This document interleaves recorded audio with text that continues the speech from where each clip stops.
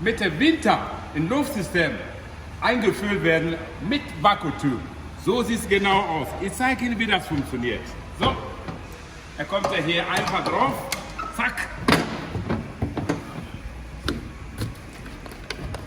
Hier eingefüllt. Das ist genau hier, Spätfilter, ne? Schauglas. Wissen die jede, ne? Also hier. Hier reingeschoben. So. So.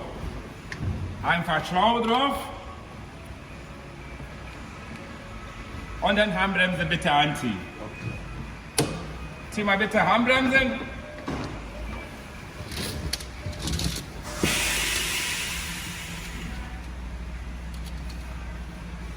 Achtung, habe ich was vergessen? Ich habe euch wieder lieb.